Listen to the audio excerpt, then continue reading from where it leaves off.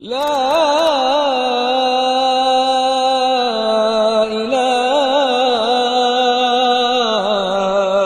إلا الله.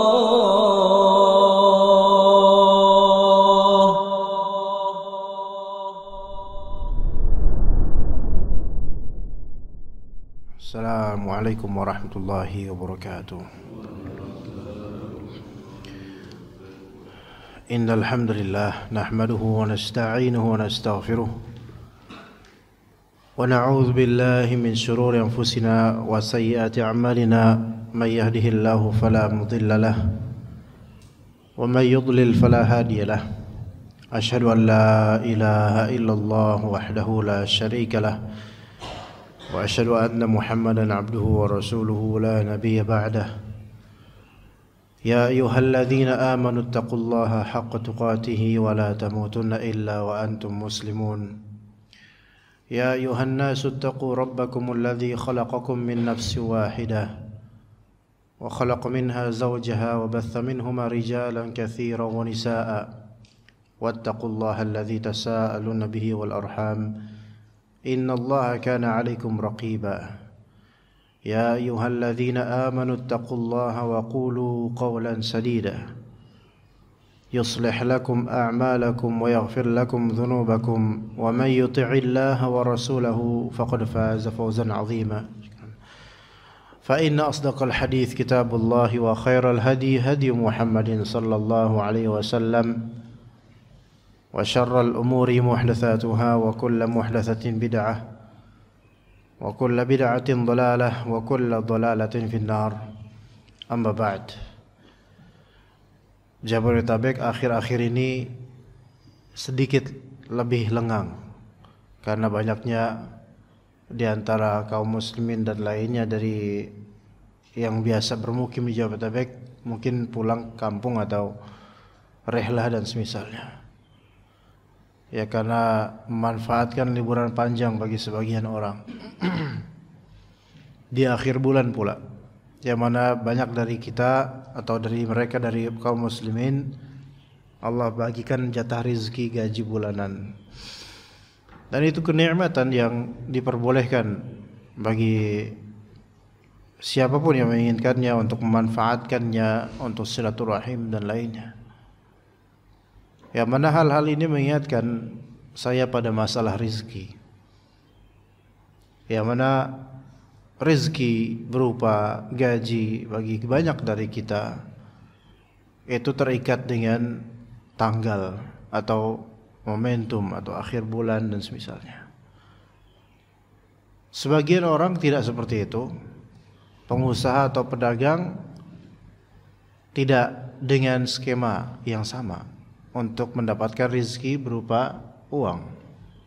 Ada yang harian kemudian diputar balik dan seterusnya dari macam-macam ikhtiar dan hasil dari ikhtiar. Allah Subhanahu wa taala memberikan rizki pada makhluknya sesuai dengan kehendak Allah. Kendatipun manusia perlu ikhtiar untuk mendapatkan rizki itu. Jemaah sekalian rahimakumullah, ketika tadi keluar dari blok di rumah atau di kediaman kami, di area satpam ada TV dan bukan suatu kesengajaan yang sempurna saya melihat ke TV itu dan ternyata lagi ada berita seorang istri membunuh suami dan anaknya.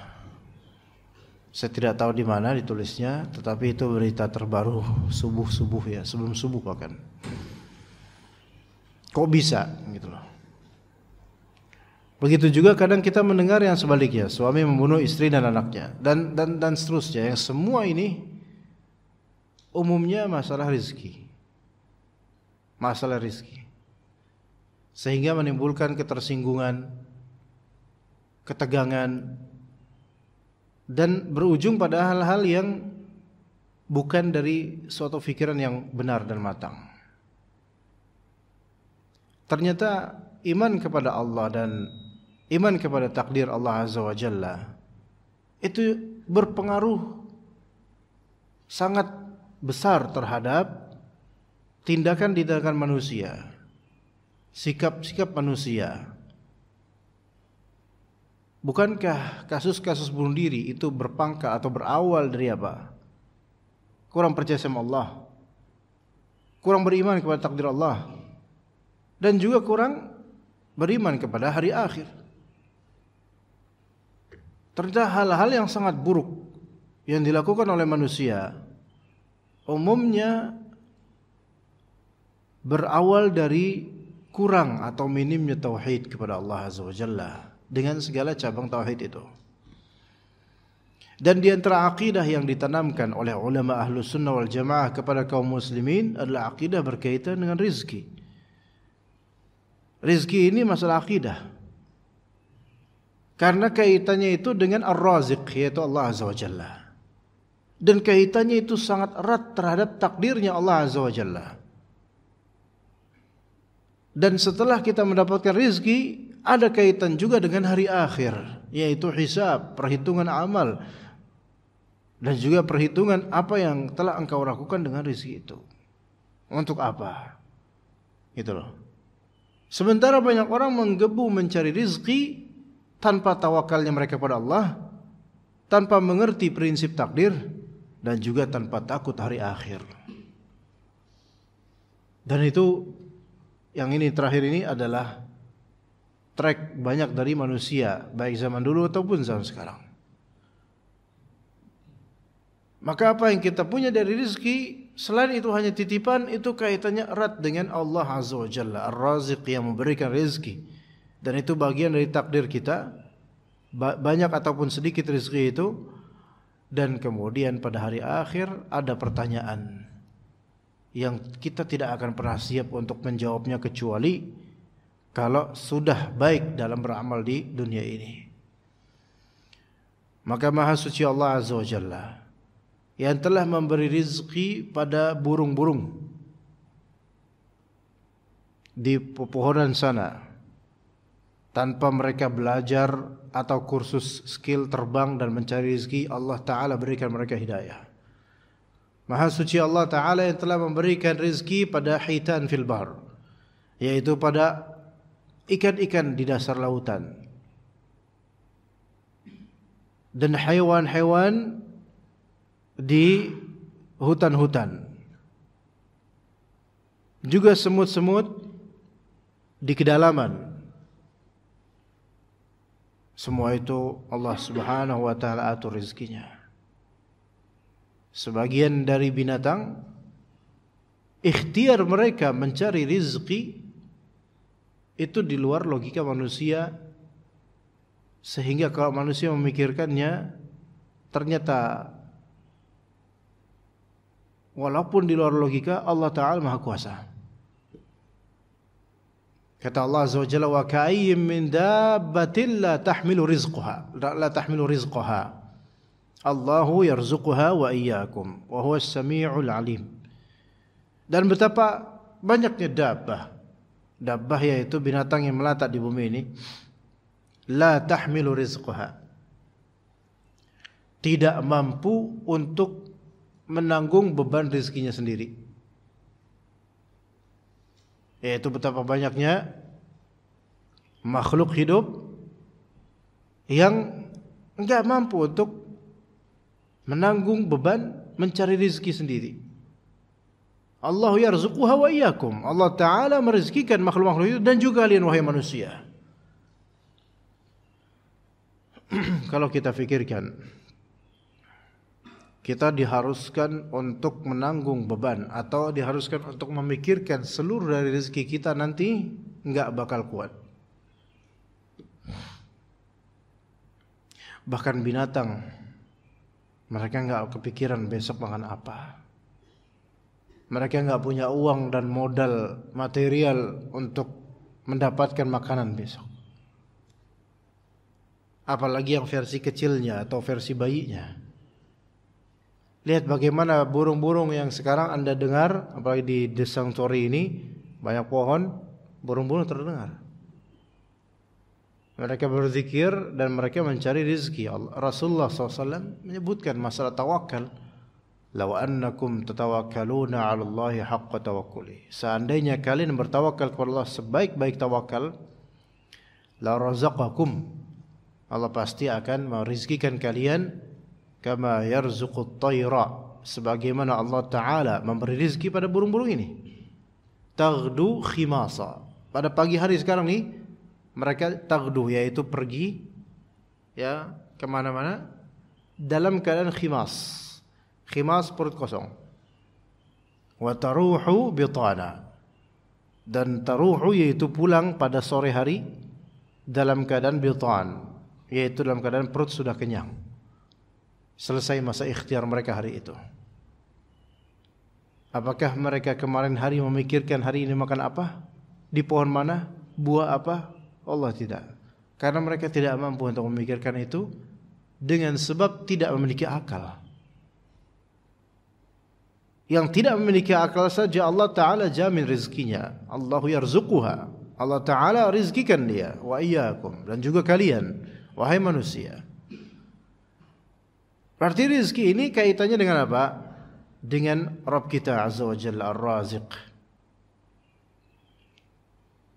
Dan kaitannya dengan apa juga? Dengan takdir Allah Azza wa Jalla. Rizki yang Allah berikan itu makhluk. Dan Allah Ta'ala menciptakan segala sesuatu dari makhluk biqadar, dengan kadar, dengan ukuran. Dengan ukuran.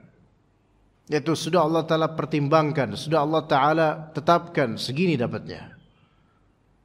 Wa huwas sami'ul alim. Dan dia yaitu Allah, maha mendengar lagi maha mengetahui. Maka kesempitan rizki seseorang bukan berarti Allah tidak tahu. Doa yang lirih pada seorang fakir yang terhimpit masalah ekonomi bukan karena Allah Ta'ala tidak dengar, melainkan Allah Subhanahu wa Ta'ala memiliki keputusan dan kebijaksanaan tentang rizki manusia. Ketika manusia disempitkan akan rizki, bukan berarti dia apa? Lagi dihinakan. Ketika manusia dilapangkan rizkinya, belum tentu juga itu suatu kemuliaan.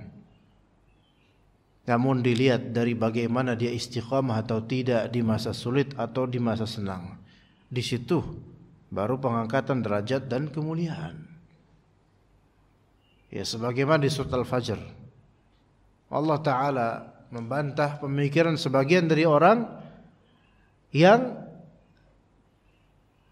menjadikan parameter kemuliaan itu di luasnya rezeki atau sempitnya rezeki. Bukan di situ. Ya, Allah Ta'ala berfirman, "Wa ma min dabbatin fil ardi illa 'ala Allahi rizquha." Dan tidaklah ada makhluk melata di muka bumi melainkan 'ala Allah, pasti dan wajib atas Allah merezekikannya, pasti itu. Jadi diberikannya rizki belum tentu pemuliaan, karena kebo itu pun dapat rizki sebagaimana kita dapat rizki. Bukan di situ pemuliaannya, tapi bagaimana sikap kita terhadap rizki ini, bagaimana pemanfaatan kita terhadap rizki ini. Di situ perbedaannya antara kita dengan kerbau. Kalau mau dibilang makan pun, kerbau lebih banyak rizki daripada kita soal makan. Lebih besar ya ususnya, lambungnya daripada kita. Seharian bisa makan dia. Kita seharian makan terus ya sakit. Nggak bisa, dibatasin banget. Tapi yang membedakan antara kita dengan binatang-binatang itu, mereka makan binatang ternak, makan banyak. Mereka nggak mikir apa-apa, nggak diwajibkan ibadah. Yang pada ujungnya mereka hanyalah untuk apa? Disembelih demi kesenangan manusia. Makanya Allah Ta'ala mengkiaskan orang-orang kafir itu seperti binatang-binatang ternak. Dharhum ya'kulu wa yatamatta'u wa yulhihimul amalu fasawfa ya'lamun. Biarkan mereka ya'kulu, biarkan mereka makan. Wa yatamatta'u, biarkan mereka bertamattu, enak-enakan dengan rezeki. Dalam ayat lain, wa yatamatta'una kama ta'kulul an'am wan naru mathwal lahum. Mereka itu bertamattu, enak-enakan, makan seperti makannya binatang ternak. Padahal neraka itu tempat kembali mereka. Binatang ternak makan seharian, semau mereka. Orang-orang yang kufur pada Allah juga begitu, terserah, biarkan mereka. Wa yulhihimul amal, dan harapan-harapan duniawi itu melenakan mereka. Fasawfa ya'lamun, mereka pasti akan tahu nanti suatu ketika. Jadi perbedaan kita manusia muslim berakal yang kembali kepada Allah dalam hal rezeki dengan perbedaan daripada binatang-binatang ternak adalah kita tidak semanhaj dengan mereka. Kita makan untuk bisa tegak ibadahnya, ya, untuk bisa menghambakan diri pada Allah dan bersyukur padanya. Itu bedanya. Kemudian jemaah sekalian rahimakumullah, rezeki dan ajal itu tidak datang kecuali dari Allah Azza wa Jalla. Rezeki dan ajal, rezeki dan waktu endingnya tidak datang kecuali dari Allah.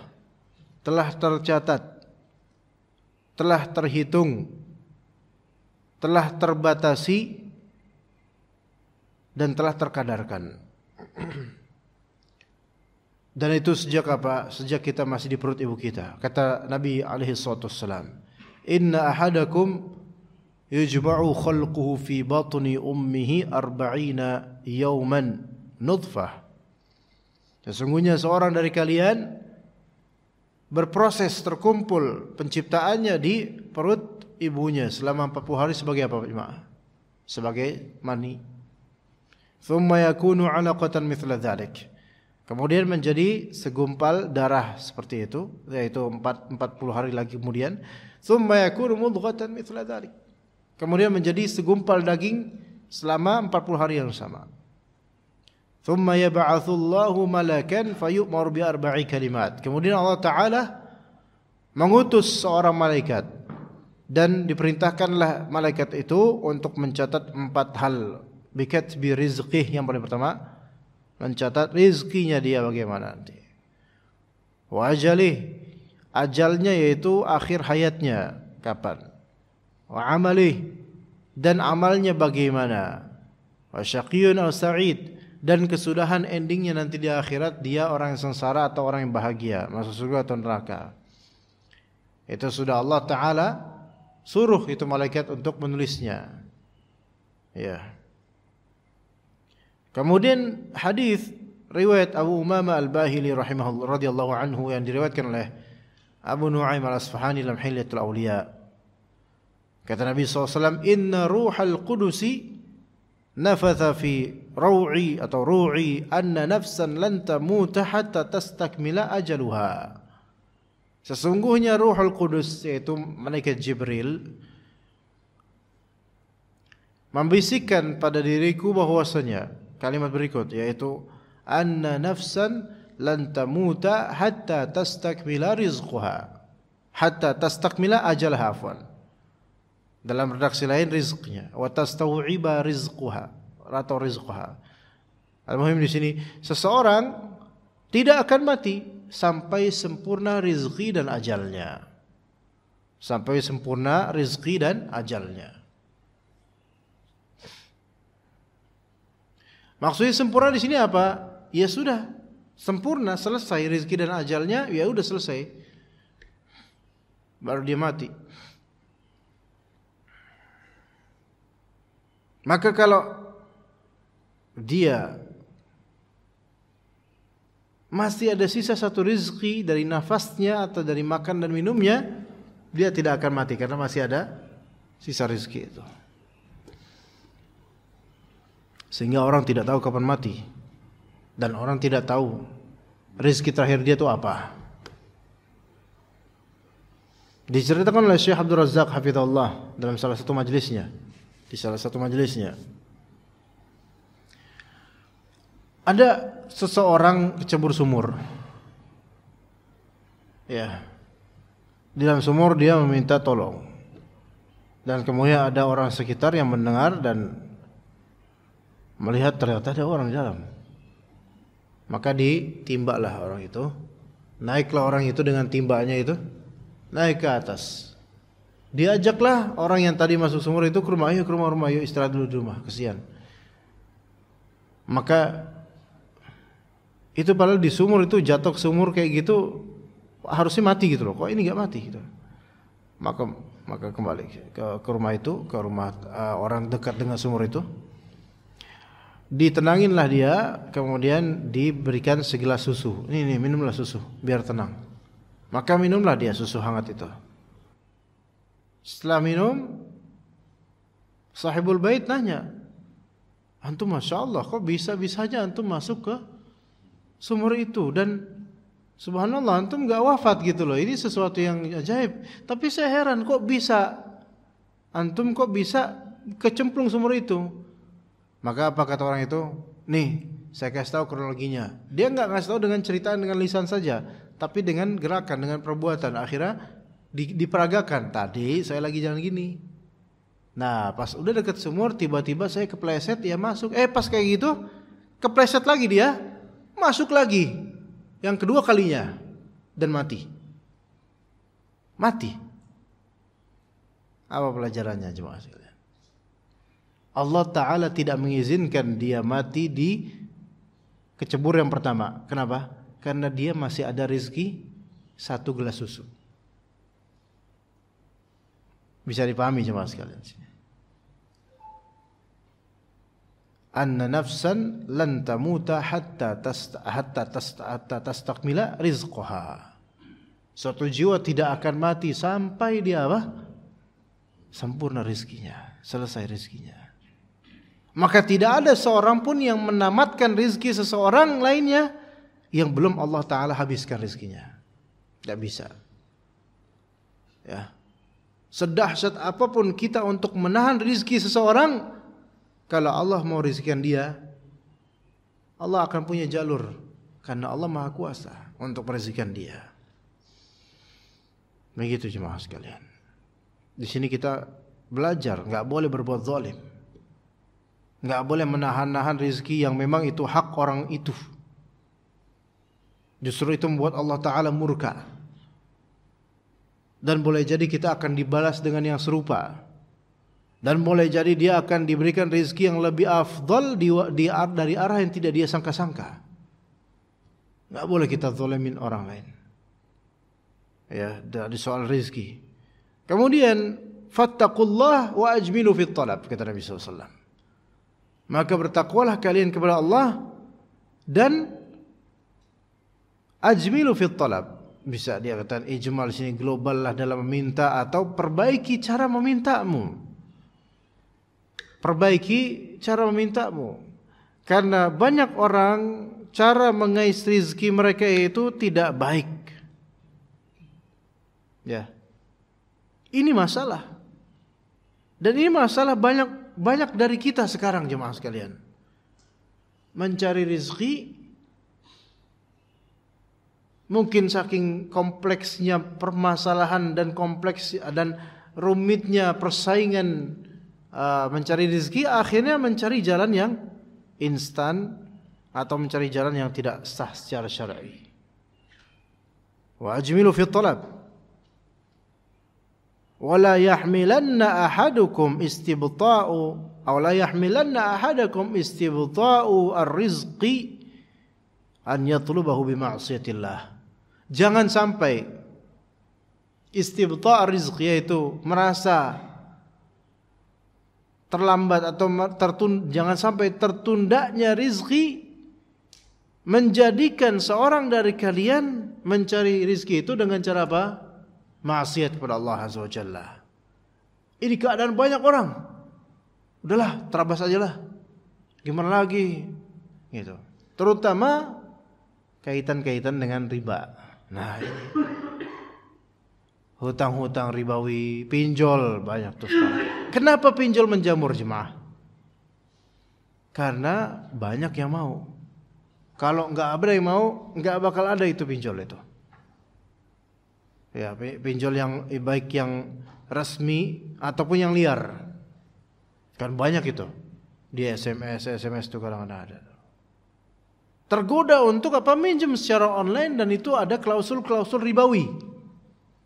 Akhirnya terjerat di masalah riba. Seolah-olah ini pihak-pihak yang meminjamkan mereka itu memang pengen memberikan solusi pada hidup. Enggak, mereka itu membuat trouble yang lebih besar. Lebih afdal misalnya hidup dengan kemiskinan daripada harus dengan pinjaman ribawi seperti itu. Karena konsekuensinya bukan hanya dunia melainkan akhirat. Ya. Belum lagi kalau misalnya kita wafat atau misalnya kita hilang atau enggak bisa atau mereka enggak menganggap kita ada, yaitu berpindah ke orang lain. Bahkan sampai ada kisah yaitu orang yang meminjam secara online, ya, sampai diketahui siapa-siapa di daftar nama kontak nama di HP-nya itu, akhirnya juga kena itu orang-orang yang dikontak nama. Kan diperhatiin kan, entah dihack atau apa, di-track atau gimana, di-phishing atau gimana itu HP-nya. Kemudian saudara-saudaranya nggak tahu apa-apa, tiba-tiba kena beban untuk apa? Untuk pinjol ini. Tuh jemaah sekalian. Merugikan orang lain juga jadinya. Jadi kata Nabi di sini wala yahmilanna ahadakum istibta'ur rizqi an yatlubahu bima'siyatillah. Jangan sampai merasa tertundanya rezeki itu membuat kalian akhirnya memilih jalan mencari rezeki dengan cara maksiat pada Allah. Dulu sampai ada pembenaran oleh lagu-lagu klasik dulu tentang kupu-kupu malam. Apa syubhatnya? Mau gimana lagi? Ya, kami hanya mencari rezeki. La haula wala quwwata illa billah. Pelacur-pelacur itu pun mereka akan akan beralasan dengan takdir dan juga mau gimana lagi? Kami hanya mencari rezeki. Maka kita katakan, jangan sampai kalian tuh merasa terlambatnya rezeki kalian. Sebenarnya nggak ada yang terlambat ya, yaitu tertundanya rezeki kalian membuat kalian menempuh jalan yang haram padahal masih banyak yang halal dan akan selalu banyak yang halal. Dan syubhatnya adalah sebagian orang mengatakan sekarang nyari yang haram aja susah apalagi yang halal. Ini talbis syaitan. Justru yang halal itu jauh lebih banyak dan lebih mudah, insyaallah. Ana yakin. Jadi mindset itu ditipu syaitan. Ketahuilah jemaah, syaitan itu, iblis syaitan, kalau sudah sampai ke kalbu dan menutup mindset, itu banyak hal-hal yang di luar logika yang konyol. Ini kan konyol. Membela diri nggak apa-apa saya menjadi pelacur, yang penting saya cari rezeki. Padahal cara yang halal itu jauh lebih banyak dan lebih mulia, lebih terhormat, lebih bermartabat daripada jadi pelacur. Tuh. Ya, hanya karena apa? Merasa rezeki ini agak sedikit. Kadang-kadang yang menempuh jalur haram pun sebenarnya rezekinya bukan sedikit, tapi karena enggak qanaah, enggak bersyukur, akhirnya terus aja kemudian malah nambah di masalah yaitu maksiat, mencari rezeki dengan maksiat pada Allah. Fa inna Allah ta'ala la yunalu ma 'indahu illa bi ta'atih. Jadi tadi kan jangan sampai tertundanya rezeki membuat kalian itu melakukan hal yang menyimpang, yaitu mencari rezeki dengan maksiat pada Allah. Sesungguhnya Allah Ta'ala, sesungguhnya apa yang ada pada Allah Ta'ala itu tidak didapat kecuali dengan taat pada Allah. Apa yang ada pada Allah, apa maksudnya sini? Yaitu keberkahan rezeki. Rezeki kan ada dua, rezeki yang halal dan rezeki yang haram. Rezeki yang halal insya Allah berkah. Rezeki yang haram tidak berkah. Anda bisa mendapatkan dua-duanya. Halal bisa, haram bisa.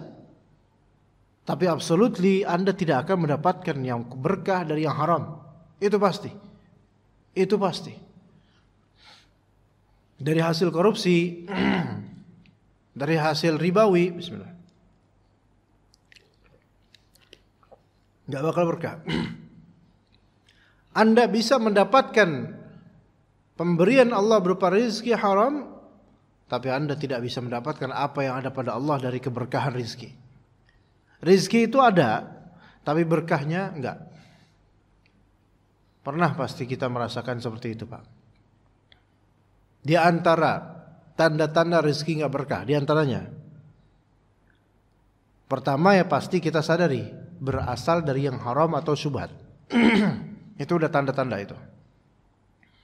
Berasal dari yang haram, tata cara yang haram, atau dari syubhat, yaitu samar-samar, enggak jelas ini. Uang panas tapi gimana ya gitu. Atau tiba-tiba udah dapat kiriman di kantor dan ini nggak jelas nih, apa nih, gaji bukan tapi kok dapat kiriman. Nah, ini syubhat. Syubhat. Itu tanda-tanda harta ini nggak berkah nantinya nih. Ya. Dan kedua, setelahnya efeknya yaitu ya tanda-tanda bahwa harta ini nggak berkah. Harta yang kita dapatkan yang ini nggak berkah. Dihabiskan untuk atau dimanfaat di spending untuk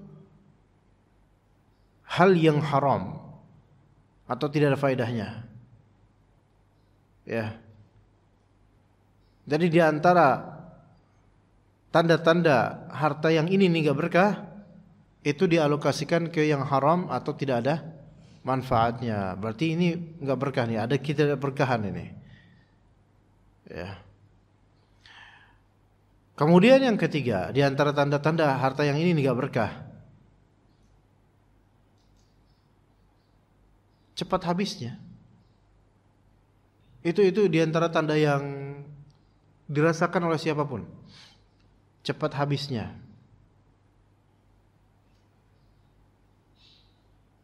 Cepat habisnya di sini biasanya dalam perkara yang ya tadi haram atau tidak ada manfaatnya. Tiba-tiba habis saja. Dan kok kerasa kayak nggak ada efek positif gitu loh. Nggak ada efek positif. Ya udah habis gitu aja. Buat touring, selesai udah nggak ada. Touring, selesai touring, apa yang didapat hanya rasa letih. Udah gitu jalan bertengkar lagi. Udah nggak ada berkahnya. Enggak buat silaturahim, enggak buat hadiah, enggak bukan itu, bukan. Tapi buat hal-hal yang sebenarnya itu keduniaan belaka. Langsung habis cepet. Antum kira ketika ada orang yang berfoya-foya kekayaan ke mall, kemudian ke toko-toko branded, kemudian ambil ini, blok. Iya. Ke hypermart, kemudian taruh di stroller apa sih namanya ini? Kok stroller sih? Troli, stroller buat bayi itu. Troli bawahnya. Iya. Taruh, masukin, sampai mungkin rak-raknya pengen dia goyang terus masuk semua, pengen gitu kayak. Langsung habis duit. Yang mana banyak hal-hal yang sebenarnya tidak dibutuhkan, tapi tetap aja pengen habisin aja tuh duit. Nah, ini tanda-tanda nih.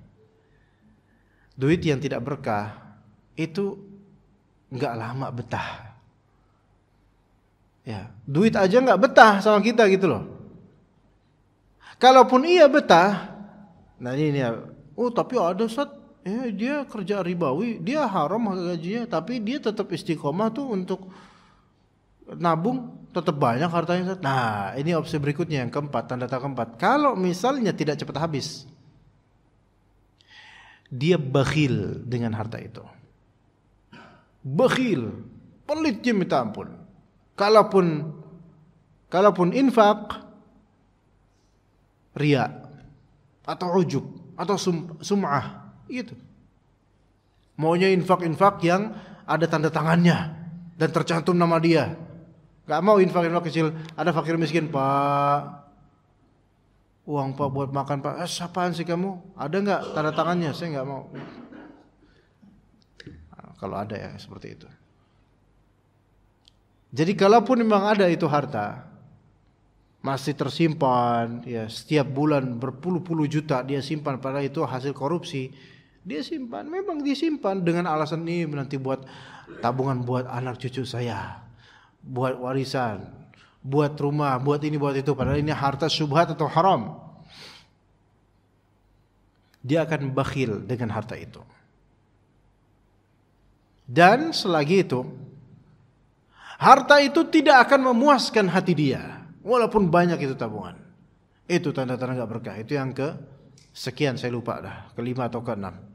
Yaitu menumpuknya harta haram tidak membuat empunya puas. Akan terus berusaha menjilat.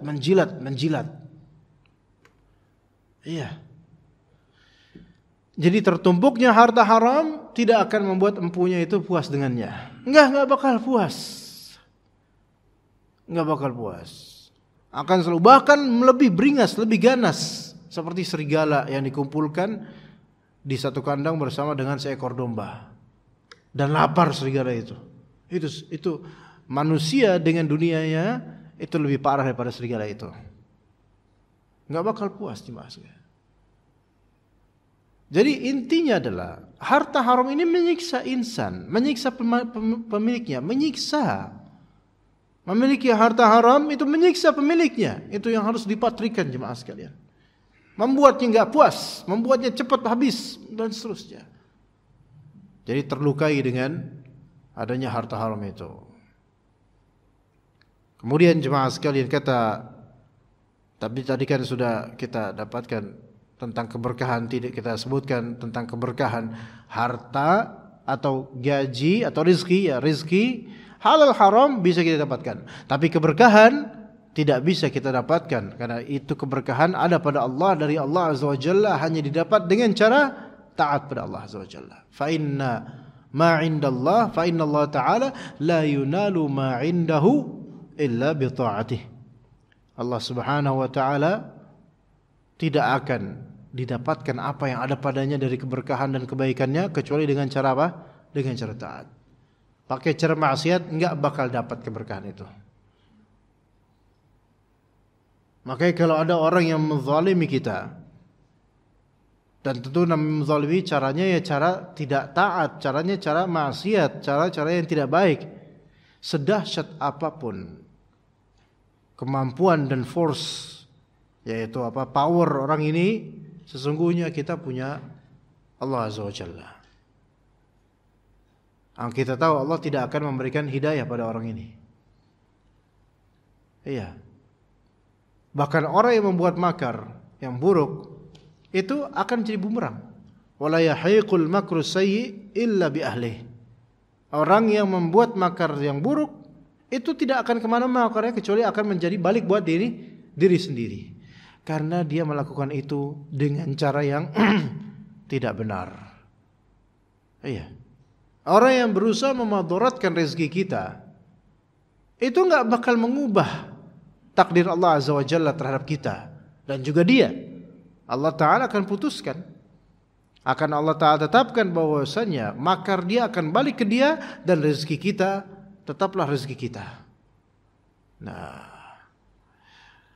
rezeki itu sudah maksumah dan muqaddarah seperti ajal. Dia sudah terbagi-bagi dan setelah ditetapkan oleh Allah. Kata para ulama, walau farral insanu min rizqihi kama yafirru min ajalihi la adrakahu rizquhu kama yudrikuhu ajaluh. Seandainya seseorang berusaha kabur dari rizkinya sebagaimana orang berusaha kabur dari kematiannya, maka rizkinya itu akan menemuinya sebagaimana kematian pasti akan menemuinya. Orang pada kabur dari kematian, padahal kematian itu tetap aja akan menemui dia. Dan kalau memang ada orang itu lari dari rizkinya, enggak bakal bisa dia lepas dari takdir. Tetap dia akan dapat itu rezeki. Gitu. Misal, seorang perempuan, ada ikhwan yang suka sama akhwat ini, tapi akhwat ini enggak suka. Ikhwan ini enggak suka. Melihatnya aja dia mual gitu, enggak mau dia. Sementara ikhwan ini cinta banget, pengen menikahinya. Maka akhwat ini berusaha betul-betul untuk bagaimana caranya kabur dari dari ikhwannya. Maksudnya tidak mau, nggak mau. Ya, karena mungkin nggak suka dengan wajahnya, mungkin punya kriteria lain gitu loh. Nggak ikhwan ini nggak bisa, nggak mau. Dia berusaha kabur. Padahal Allah Ta'ala mencatat ikhwan ini adalah jodohnya. Sekerah tenaga apa yang dilakukan oleh akhwat itu, dia berusaha kabur dari rezeki dia, tetap aja ujung-ujungnya apa? Apa yang mereka bilang apa? Jodoh kalau emang jodoh mah nggak kemana. Tiba-tiba suka aja akhirnya jadi. Ya Pak ya. Kan ada yang kayak gitu tuh. Cerita-cerita gitu. Tadinya nggak mau, anti, bahkan marah itu akhwatnya nggak mau. Jadi juga beranak bercucu pula. Mohon maaf nih kalau ada kesamaan kejadian Pak ya. Ya kalau memang dulunya anti banget, ternyata ya sampai punya cucu, subhanallah. Ya kalau emang udah rezekinya udah kayak gitu tuh seperti itu tuh. Bakal klop. Dipasangkan, disandingkan, diteruskan oleh Allah Azza wa Jalla. Gitu. Sebagaimana kata Rasulullah SAW dan disahihkan hadis ini oleh Syekh Albani rahimahullah. Law anna ibna Adama haraba min rizqi kama yahrubu minal maut la adrakahu rizquhu kama yudrikuhul maut. Seandainya anak Adam kabur, berusaha lari dari apa? Dari rizkinya sebagaimana dia lari dari apa? Kematiannya, maka rizkinya itu akan nyambangin dia tetap. Sebagaimana kematian juga akan nyambangin dia. Pasti begitu. Kemudian Al-Munawi dalam kitab Faidul Qadir mengatakan, dengan kalimat yang semisal, ya ini menunjukkan bahwasanya rezeki bukan Anda yang atur. Mau kabur kalau emang itu rezeki Anda, bakal sampai. Rezeki itu yang mengejar, rezeki yang mengejar. Mungkin rezeki itu mengejar seseorang itu mungkin sekali, jemaah. Bukankah Anda pernah mengatakan di sini bahwasanya rezeki terbagi jam 2? Yaitu rezeki yang mencari insan, dan yang kedua rezeki yang dicari insan. Dan rata-rata rezeki adalah yang mencari insan, karena Allah pasangkan rezeki itu pada insan ini. Maka dia mencari. Ya. Nanti ada makanan enggak, Pak? Nah, pakai teh. Teh itu bukan Anda yang nyari. Emang udah bakal jadi rezeki Anda insyaallah. Iya. Tinggal nuangin udah. Enggak perlu teh itu dari mana, apakah dari Indramayu atau dari mana. Itu dari kebun teh datang dari Bandung misalnya. Diproses, diolah, kemudian jadilah teh yang siap untuk dihirup oleh Anda. Itu rezeki mencari Anda. Walaupun Anda kabur, tetap aja DKM bakal ngejar-ngejar Anda. Tehnya nih. Akhirnya minum juga, minimal kalau enggak keminum, kesiramlah minimal. Rezeki enggak bisa kabur cuma. Tapi kalau memang bukan rezekinya, mau dicekokin kayak gimana juga, ya enggak bakal minum. Nah, jadi bukan settingan kita rezeki itu, kita hanya ikhtiar, berusaha, menstrategikan. Allah Ta'ala lah yang akan menentukan mana-mana rezeki kita. Kemudian kata Allah Azza wa Jalla, wa tawakkal 'alal hayyil ladzi la yamut. Bertawakallah kepada yang maha hidup, yang tidak mati. Ini kalimat ayat Al-Furqan 58 ini. Saya jadi teringat benar-benar rezeki yang Allah berikan pada saya. Di kota wisata tahun 2017 atau 2016, lupa saya. Ketika itu saya mau isi kajian karena waktu itu masih rutin untuk ngajar di pesantren Tahfidz Al-Hunafa ketika itu. Ya, kerjasama sama Ustadz Abu Ja'far Cecep Rahmat ketika itu. 2016 atau 2017 saya lupa, pokoknya sekitar tahun itu. Bahkan sarung yang saya pakai waktu itu saya masih ingat warna putih ya. Mereknya saya masih ingat, cuman gak enak kalau disebutin ya. Nah, naik motor kemudian saya kan enaknya lewat kota wisata supaya bisa nembus nanti ke Narogong, kemudian nanti masuk lagi lah.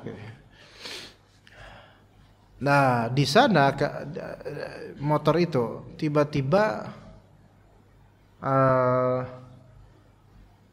ini kan kota wisata gitu ya. Jalanannya kan lebar gitu loh dan nggak begitu rame. Itu waktu itu jam 8 atau sekitar jam 7 atau jam 8 lah. Tiba-tiba rantai ana putus.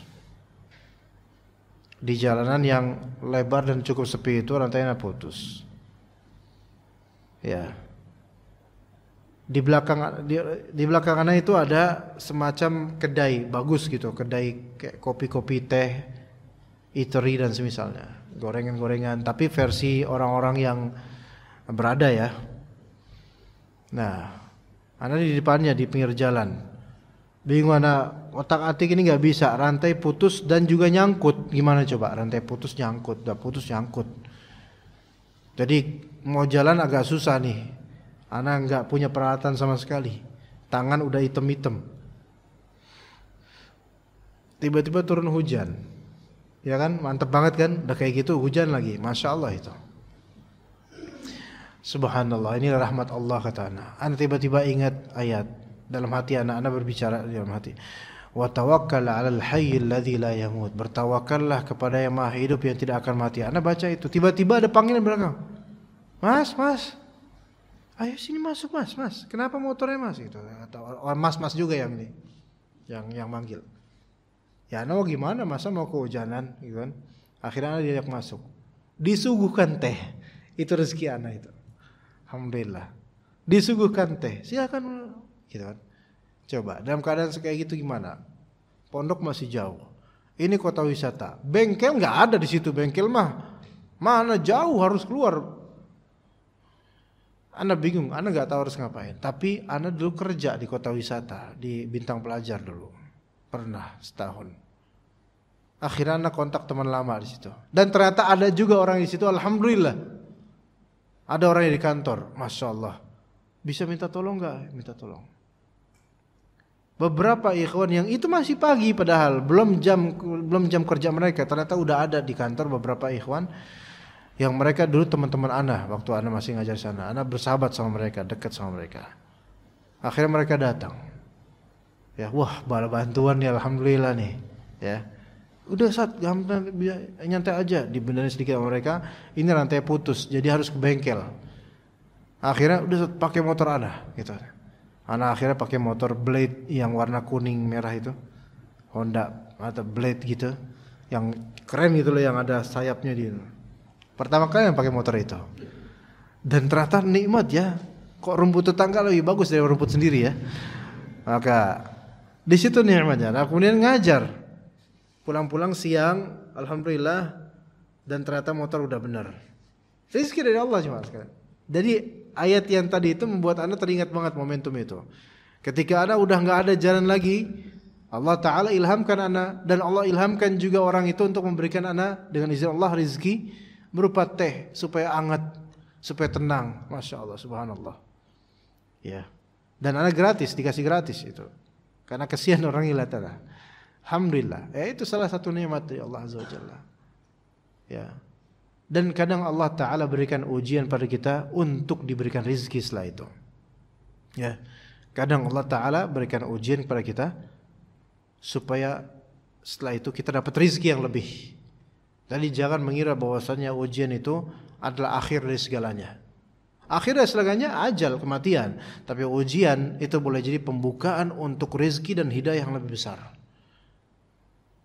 Justru kita ini khawatir kalau hidup kita tuh seolah-olah gini-gini aja, kayak gak ada apa-apa, maksiat terus-terusan enak, dan itu malah bahaya itu. Iya, malah bahaya. Ya, hidup di datar gitu aja tanpa ada ke bawah naik, nggak ada kayak gitu. Itu malah justru itu harus waspada. Khawatirnya datar terus tiba-tiba jurang ke bawah. Khawatirnya begitu. Ya. Kemudian dalam hadis Nabi SAW yang diriwayatkan oleh Abu Abbas, yaitu Abdullah bin Abbas, Ibnu Abbas radhiyallahu anhuma, yang mana beliau berada di belakang Nabi SAW dibonceng dan mengatakan, Rasulullah SAW mengatakan, "Ya ghulam, inni u'allimuka kalimat." Wahai anak kecil, ghulam, aku ajarkan padamu beberapa kalimat. Ihfazillaha yahfazka.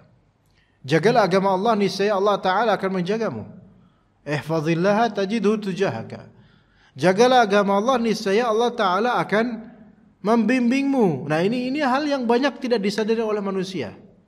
Kalau kita dapat masalah dan kita tetap menjaga agama Allah dan tidak bermaksiat, maka tajidhu tujahaka, engkau akan mendapatkan Allah Ta'ala di hadapanmu, membimbingmu, memberi hidayah padamu, menunjukkan siratal mustaqim, menunjukkan caranya, dan memberikan solusi padamu kalau misalnya apa?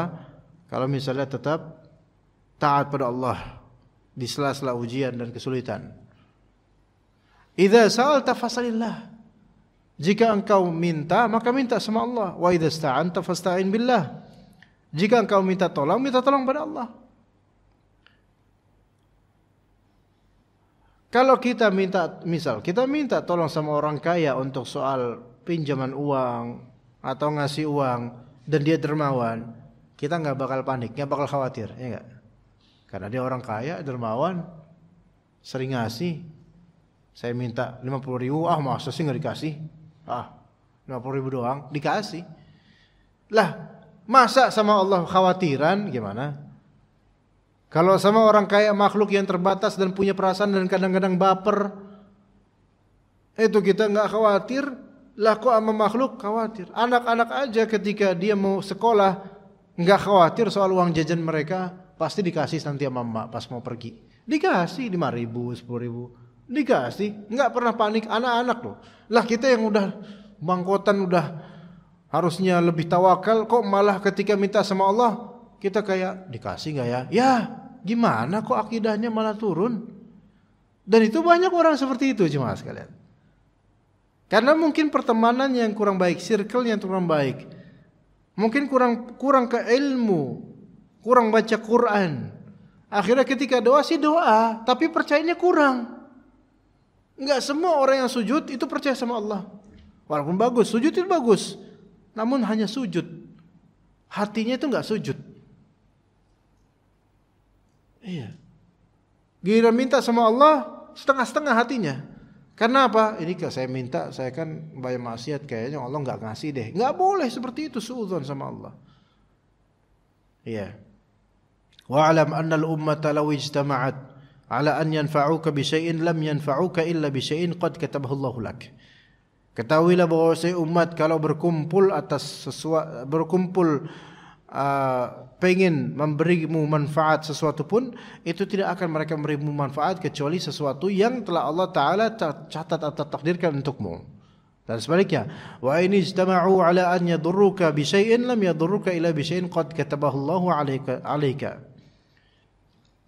Kalau mereka berkumpul untuk memberimu bahaya, mara bahaya sesuatu pun itu, enggak bakal ada bahaya menimpamu kecuali hal yang telah Allah Ta'ala takdirkan untukmu. Rufi'atil aqlamu wa jaffatis suhuf. Pena-pena telah terangkat dan lembaran-lembaran telah kering. Ya. Begitu jemaah sekalian rahimakumullah. Ya. Jadi jangan khawatirkan soal rezeki.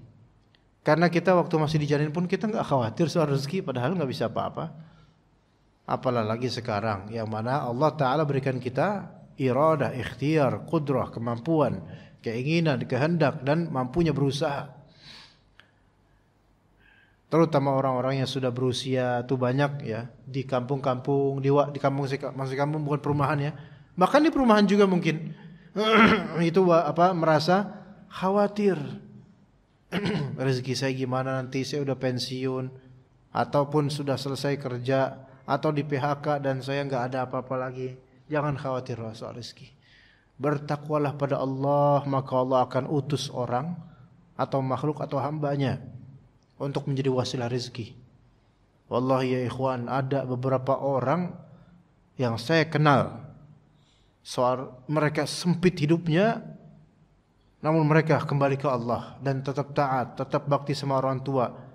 Dan ternyata Allah Ta'ala kirim untuk mereka seseorang atau beberapa orang yang tidak mereka sangkakan, yang menjadi lumbung rezeki buat mereka dengan izin Allah.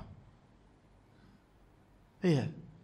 Kita mungkin yang masih usia di bawah under 40, di bawah 40 atau di bawah 50 atau di bawah 60 masih punya kans untuk bekerja, untuk dagang, masih kuat mungkin, Pak. Ya, ini yang di atas 60 yang udah sebenarnya pengennya istirahat aja gitu. Kadang-kadang masih uring-uringan soal rezeki. Bertakwalah pada Allah. Beribadahlah, salatlah, mintalah sama Allah. Kalau ternyata anak-anak durhaka, masih ada hamba-hamba yang taat pada Allah. Entah dari mana. Manusia yang baik itu masih ada, Pak. Ya kan ya? Tapi kita yang belum ketemu aja gitu loh. Dan belum Allah pertemukan. Kalau ternyata kita masih diberi kesempatan hidup dengan kesempitan rezeki seperti ini berarti masih ada rezekinya kita. Masih ada rezekinya, makanya saya belum mati gitu kan. Berarti masih ada rezeki yang buat saya. Masih Allah kasih jatah ini berarti buat saya. Percayalah itu. Enggak mungkin seseorang itu enggak dimatikan oleh Allah dan dia enggak ada jatah rezeki sama sekali. Ya pasti Allah matikan kalau rezeki udah habis. Begitu. Dan ketika sudah mati, ya sudah tidak ada rezeki lagi. Udah khalas kayak gitu. Maka selagi coba cek diri kita masing-masing. Masih napas enggak Pak sekarang? Berarti Anda masih punya rezeki. Percayakan itu. Ya mungkin sempit atau luasnya itu kan kebijaksanaan Allah. Boleh jadi kita disempitkan sekarang karena Allah menginginkan kita fokus ke Allah. Karena mungkin kalau sekarang kita diluaskan sebegitunya, Anda enggak di masjid lagi. Banyak loh orang gara-gara diluaskan rezekinya udah enggak kenal parfum masjid. Ya. Kenalnya parfum diskotik.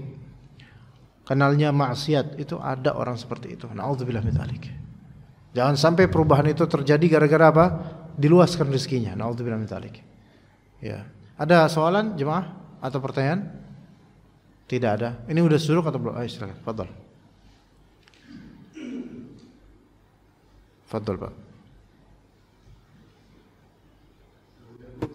Waalaikumsalam warahmatullahi wabarakatuh. Hanya Ustaz, amalan-amalan apa saja Ustaz yang bisa membuka pintu-pintu rezeki kita Ustaz? Syukran Ustaz.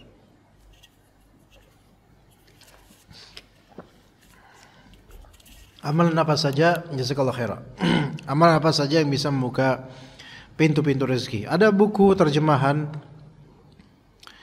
yang mana buku terjemahan ini apa ya, kunci-kunci pembuka rezeki atau misalnya itu ada, bisa dicari. Tapi yang paling pertama yang membuka rezeki itu adalah Allah Azza wa Jalla, sehingga amalan yang paling pertama adalah yaitu bertauhid dalam segala ibadah. Bertauhid dalam segala ibadah. Apapun ibadah antum, tauhid pada Allah, hanya dialokasikan dan orientasikan untuk Allah Azza wa Jalla. Itu. Itu untuk semua amalan, baik sholat, sedekah dan seterusnya. Yang kedua, amalan pembuka rezeki silaturahim. Jadi yang pertama tadi adalah hablum minallah, yaitu bertauhid. Akidahnya benerin ketika beramal, itu yang pertama. Ke Allah, tujukan ke Allah amalan kita. Itu yang pertama, itu hablum minallah. Yang kedua hablum minan nas, yaitu silaturahim. Kata Nabi SAW, man sarrahu an yubsata lahu fi rizqihi wa yunsa'alahu fi atharihi falyasil rahimah. Siapa yang pengen dibentangkan untuknya rezeki dan dipanjangkan umurnya, maka silaturahim dia. Silaturahim. Hablum minan nas yang terbaik. Banyak orang yang justru lebih ke silatul ukhuwah daripada silaturahim. Lebih mencari kolega buat bisnis dibandingkan dengan silaturahim. Ini track yang salah. Lebih dominan dia apa? Cari partner bisnis daripada silaturahim. Silaturahim lebih afdol.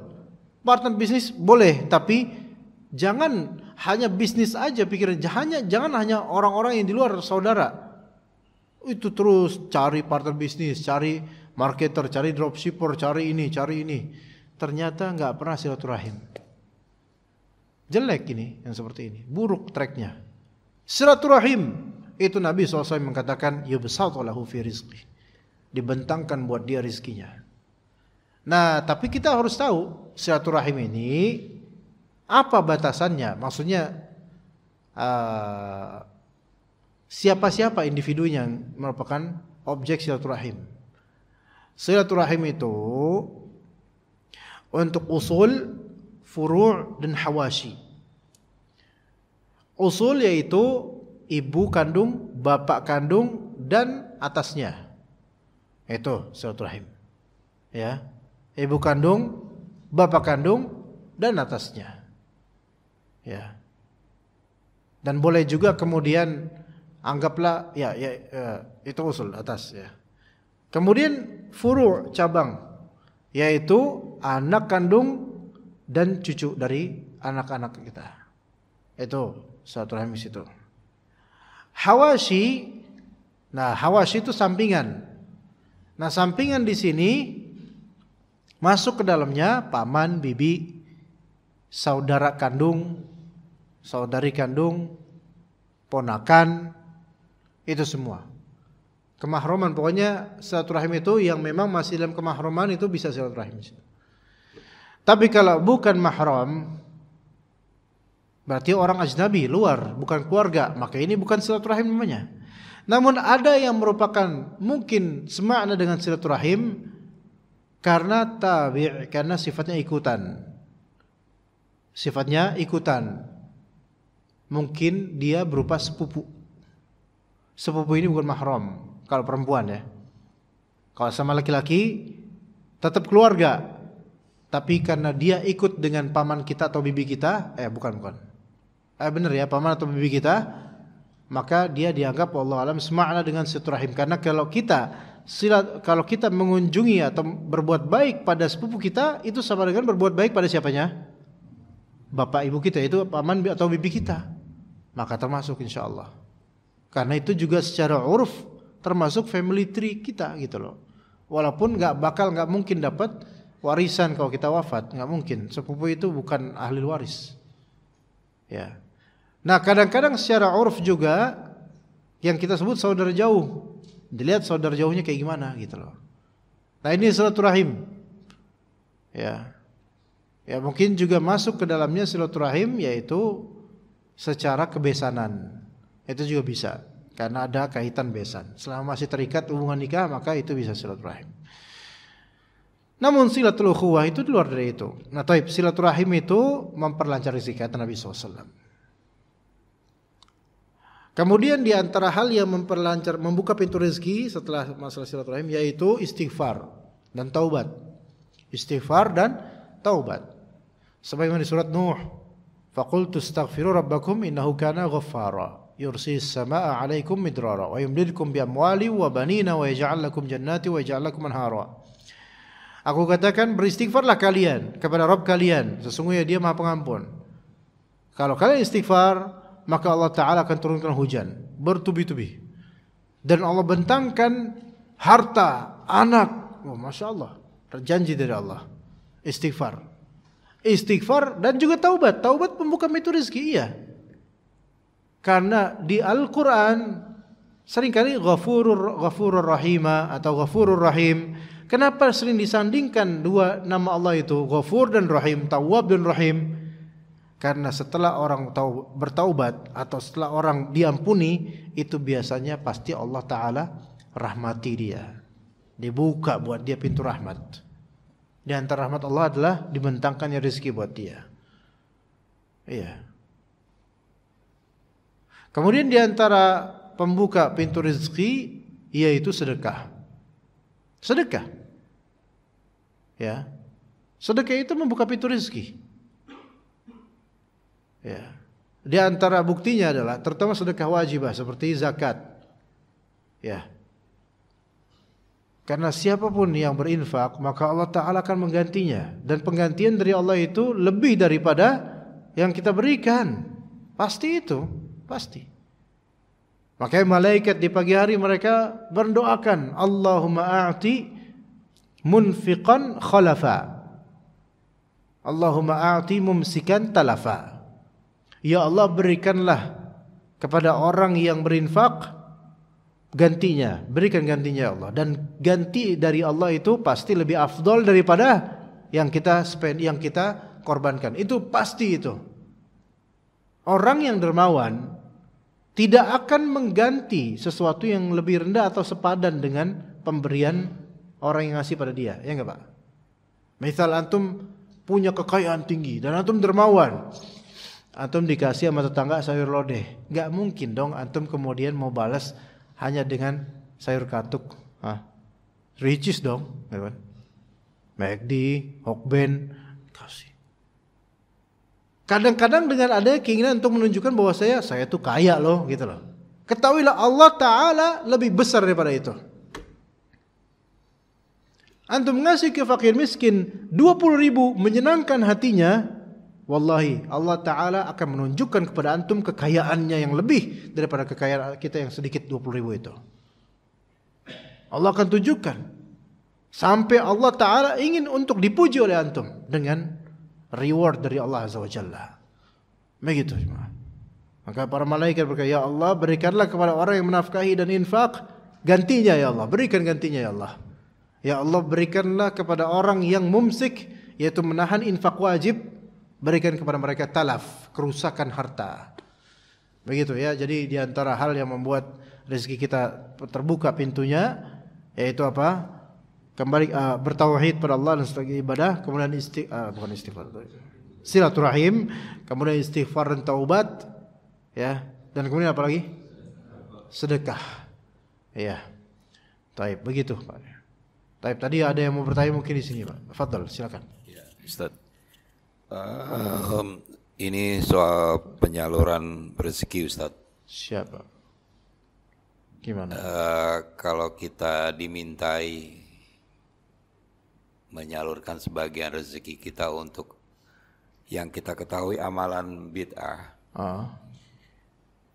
resikonya buat kita itu apa, Ustaz? Baik. Kedua, barokah itu kan dari Allah, Ustaz ya. Berkah ya. Tapi manusia seringkali dengan mudahnya mengucapkan barokah kepada semua masalah yang diberi atau yang memberi. Apakah itu sebuah kelancangan dari manusia? Oke, baik. Syukran Ustaz. Jazakumullah khairan jazaa. Ya. Tuh kan saya lupa Pak yang pertama, Pak. Tentang ini, kalau misalnya kita mengalokasikan infak kita ke acara yang mungkin bid'ah atau syirik ya. Baik. Di sini kalau itu adalah acara memang murni bid'ah. Ya, di sini kita lihat apakah kita pada asalnya nggak boleh, hukum asal jelas tidak boleh dengan menafkahkan harta kita untuk acara yang tidak sesuai syariat Allah. Itu haram. Baik bid'ah maupun maksiat, haram, nggak boleh. Namun jika dengan tidaknya kita memberi sumbangan, maka itu akan bermadarat lebih besar, seperti fitnah terhadap diri kita atau keluarga kita, atau menyetop kegiatan dakwah gara-gara kita ini menutup akses atau menutup diri dari infak terhadap kegiatan mereka, maka mungkin diperbolehkan, namun dengan niatan hanya untuk memberi minum atau makan pada kaum muslimin. Niatannya niatan global, Pak. Bukan untuk esensi dari kegiatan. Tapi itu jika apa? Jika mentok gitu, Pak. Bukan sempat nggak enakan, tapi memandang kalau saya nggak ngasih, nanti kegiatan kami kajian di masjid ini bisa di close. Nah itu, maka boleh infak dan ucapkan ini buat minum dan makan ya, saya niatkan gitu. Bukan nggak setuju, tetap nggak setuju, cuman ini buat minum dan makan kaum muslimin, teksnya gitu aja, gitu loh, supaya ya memastikan bahwa saya bukan berarti saya setuju loh dengan ini, gitu loh, seperti itu Pak. Tapi pada asalnya nggak boleh. Ya, pertimbangan aja gimana, Bapak lebih tahu. Bapak lebih paham tentang konteks yang berlaku ketika itu, ya. Allahu a'lam. Yang kedua apa Pak ya? Apa Pak? Oh, barokah. Gini Pak, ketika seseorang bilang, wah berkah nih anak nih gitu misalnya, memang berkah dari Allah betul. Tetapi ada keberkahan yang zahir dan ada keberkahan yang gaib, batin, enggak ketahuan. Keberkahan yang zahir itu adalah yang tampak dan mensugestikan kita bahwa ini adalah kebaikan dari Allah. Maka boleh kita ngomong seperti itu. Ya, misalnya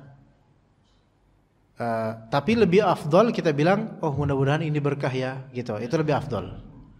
Bukan dengan kalimat, wah ini berkah nih, gitu. Ya. Tapi kalau ngomong, wah ini berkah nih, itu pun tidak 100% salah. Karena mungkin maksudnya adalah ingin mensugestikan diri dan ingin memotivasi atau mungkin ingin berharap bahwa saya memang ini adalah keberkahan gitu loh. Ya. Kita bisa boleh untuk mengatakan statement seperti itu dengan adanya di hati harapan bahwa itu berkah. Misal kita lihat tetangga kita itu anaknya banyak dan mereka rata-rata soleh solehah. Kita boleh mengatakan, itu keluarga berkah, masya Allah. Boleh bilang gitu. Ya, dengan apa? Di hati harapan, ya semoga memang begitu. Gitu. Itu boleh, nggak masalah Pak. Ya, kalau bisa katakan insya Allah.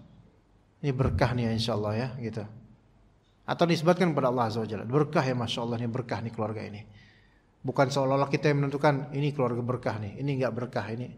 Ya, berkah nggak berkah memang itu ada indikasinya Pak kadang-kadang. Ya, kadang orang tua juga bilang ke anaknya, kamu ini, tuh kan lihat nggak berkah tuh motor kamu pakai buat maksiat terus sih. Nah itu boleh seperti itu, seperti vonis ya. Tapi kan indikatornya ada, yaitu dia selalu pakai bermaksiat. Nggak berkah nih motor kamu nih, gitu. Boleh. Selama memang indikatornya ada dan kuat indikator itu. Adapun kalau cuma indikatornya nggak ada atau gimana, boleh kita ngomong berkahnya, tapi dengan mudah-mudahan saja. Ya, mudah-mudahan berkah ya, gitu. Masya Allah anak antum, masya Allah lucu banget antum, mudah-mudahan berkah ya, itu lebih afdol. Karena lucunya anak belum tentu berkah. Ya kan, pelawak aja lucu, nggak ada yang berkah, ya susah berkahnya, ya begitu Pak. Nah, adapun kalau ngomong barakallah, maka ini maksudnya doa, ya. Misalnya kita ngasih seseorang, ini Pak, wah masya Allah barakallah ya, nah ini maksudnya doa. Tapi yang benar adalah barakallah fik, bukan barakallah. Ya, waktu bulan Ramadan tahun kapan itu saya pernah melihat YouTuber itu membuat konten bagi-bagi nasi sebelum sahur. Jadi jam 3 itu keliling Jakarta bagi-bagi nasi, dan diantara yang ditemuin siapa? Bencong-bencong habis mangkal. Iya, banci-banci habis mangkal. Dikasih buat sahur nih. Bingung mau ngomong bapak atau mau ngomong emak, kan bingung dia. Nih di sahur. Apa kata banci itu? Wah, alhamdulillah barakallah ya Pak yo. Itu saya pikir, ya Allah, semoga Allah berikan hidayah pada bencong-bencong ini. Walaupun sisi kebencongannya, tapi ada sisi Islamnya juga. Ngomong barakallah gitu loh. Ya alhamdulillah. Ya semoga Allah kasih hidayah itu orang itu. Mungkin dia, nah ini nggak boleh pembenaran juga. Mungkin dia mangkal, banci-banci itu mangkal supaya bisa nyari makan buat sahur. Tetap nggak boleh. Tetap banci nggak boleh mutlak, nggak boleh jadi banci. Bencong nggak boleh. Iya, begitu. Seperti itu Pak masalah tentang berkah. Ya, kita berdoa aja, minta sama Allah, semoga ini berkah, semoga ini berkah. Dan boleh mensifati sesuatu itu berkah ketika memang indikasinya kuat. Ya, tapi kalau indikasi nggak kuat, maka sebaiknya doakan saja supaya berkah. Begitu, ya Pak ya. Taib, Allahu a'lam. Ya. Ya, betul. Dari Hermanto ST, Bismillah mohon nasihatnya Ustadz, makan dan minumlah yang halalan dan thayyiban serta jangan berlebihan. Bagaimana pelaksanaannya dalam kehidupan rumah tangga muslim? Syukran jazakallah. Taib, wa iyyakum jazakallah. Kulu washrabu wa la tusrifu, kata Allah Azza wa Jalla. Makanlah dan minumlah dan janganlah kalian israf, berlebihan. Apa itu israf? Israf adalah menghabiskan kepemilikan atau rezeki yang Allah berikan di luar dari hajat. Di luar dari hajat dan melebihi kadar kamal, melebihi kadar tahsiniyat. Gini, kita kan ada darurat, itu pasti harus ditunaikan. Dan ada hajat, kebutuhan. Nah, ada hajat itu ya penting kita tunaikan, dan ada di atas lebih di luar hajat, yaitu mukammilat, yaitu pernak-pernik. Pernak-pernik ini kalau cuman sebatas sekali ya, 2 kali ya, cuman sebatas pengen aja gitu loh. Sekali aja, itu enggak masalah.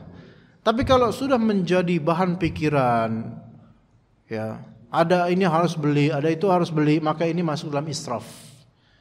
Perempuan banyak yang israf dalam masalah fashion misalnya, karena suaminya itu kaya, ada brand baru, ada inian baru, langsung beli untuk dirinya, di luar hajat dan di luar hobi, di luar pokoknya lebih dari itu. Ya, maka yang seperti ini ketika di luar hajat, maka itu israf. Makan bisa israf, bisa mubadzir. Makan yang israf di sini adalah yaitu dia berlebihan.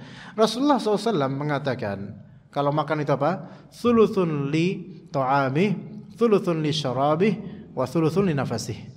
Sepertiga untuk makanan, sepertiga untuk minuman, dan sepertiga untuk nafasnya, udara. Nah, lebih dari itu, maka itu israf. Kalau sampai kekenyangan, udah gitu ya, ngap-ngap gitu ya, israf. Termasuk israf. Iya, biasanya buka puasa tuh, belum sholat maghrib udah kekenyangan dia. Nah, ini israf. Makanya buka puasa itu rata-rata di Indonesia israf, beneran. Buka puasa di Indonesia, mohon maaf nih masjidnya, rata-rata israf. Menunya kebanyakan, apalagi di awal-awal Ramadan, itu israf. Iya, menunya kebanyakan, semua betul, semua belum sedekah, tapi kenapa di akhir-akhir Anda lesu? Coba beri giliran, kan biasanya masjid gitu, beri giliran ya. Kan? Jadi jangan sampai terjadi israf, berlebihan, sehingga nanti diplastikin, dibawa sama jemaah, itu pun dibawa enggak dimakan semua, israf. Wala tusrifu. Minum juga gitu, wala tusrifu. Sampai Rasulullah aja itu melarang bersendawa keras-keras setelah makan. Kita kadang-kadang gitu, orang Indonesia itu apa tuh? Terus baru alhamdulillah. Gitu. Alhamdulillah. Ini kalau kelihatan Rasulullah SAW itu dimarahin kita. Kurang adabnya. Walaupun tapi orang kita itu menganggap bahwa saya tahak itu adalah ekspresi atau syukur kita dengan kenyangnya kita, Masya Allah. Taib. Rezeki yang didapat dari hasil perlombaan burung bagaimana Ustadz? Enggak boleh perlombaan burung itu. Ya, apalagi rata-rata perlombaan burung itu ada judinya. Nauzubillah min dzalik. Ingat loh, main Nabi SAW dalam suatu hadis, lupa hadis riwayat siapa, tapi ini sahih. Ada Rasulullah SAW melihat seseorang ketika itu lagi main burung, diikutin burungnya, kemudian terbang, balik lagi gitu.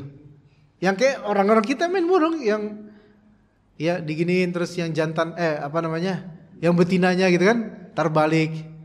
Itu Rasulullah SAW di zamannya itu pernah yang semisal itu, ada yang beliau melihat ada yang seperti itu.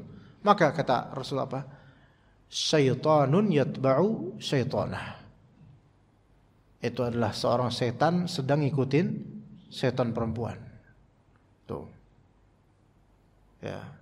Makanya sebagian ulama mengatakan mainan hal seperti ini makruh, walaupun belum sampai haram.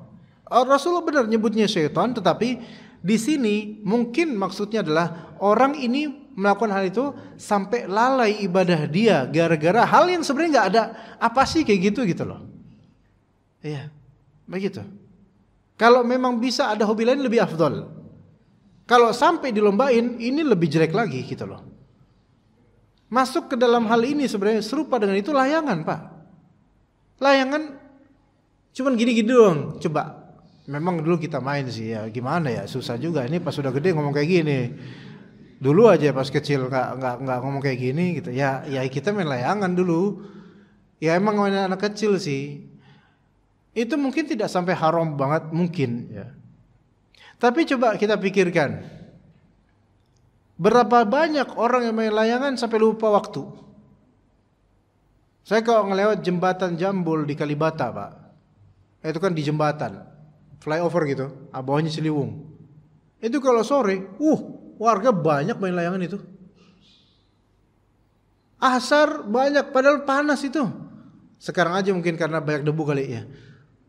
Layangan, tinggi-tinggi sekali. Ya, ntar kena sutet atau kena apa gitu kan. Ya, terus kalau misalnya ada yang putus, pada lari, woi gacol gitu loh. Zaman Anda ketika masih muda, Pak. Tuh, seperti itu. Akhirnya, nyari-nyari ampe apa namanya, kejer di pohon juga tetap aja diambil. Demi apa? Layangan putus punya orang. Itu udah ghanimah, itu harta rampasan perang. Subhanallah. Saya nggak tahu gimana nanti kalau Rasulullah melihat tingkah kita waktu kecil seperti itu. Tapi semoga dimaafkan karena nggak ngerti. Ya anak-anak kita, walaupun itu lebih mending daripada beberapa mainan gadget, jelas itu lebih mending, Pak. Tapi kalau bisa ada main lebih afdol, lebih baik. Perlombaan layangan, perlombaan burung, apalagi perlombaan burung, kontes burung, itu banyak terjadi hal-hal yang munkar, Pak. Dan kelalaian, coba aja antum lihat di perlombaan-perlombaan burung, datengin. Ada nggak di antara mereka sambil burung sambil tasbih, zikir, subhanallah bihamdi? Nggak ada. Sebagian malah mempertaruhkan, berjudi dan seterusnya. Ya begitu. Ya hal-hal seperti ini sebaiknya dihindari. Ya, dihindari. Perlombaan burung ini kan kontes yang paling bagus apa, atau yang terbangnya paling tinggi yang mana, yang paling speednya dan seterusnya. Hal-hal itu sebaiknya tidak ada. Ya wallahu alam, kita cukup sampai sini insyaallah. Wassallallahu ala nabiyina Muhammad wa ala alihi wa sahbihi ajma'in. Subhanakallahumma bihamdika asyhadu an la ilaha illa anta astaghfiruka wa atubu ilaik. Wassalamu alaikum warahmatullahi wabarakatuh.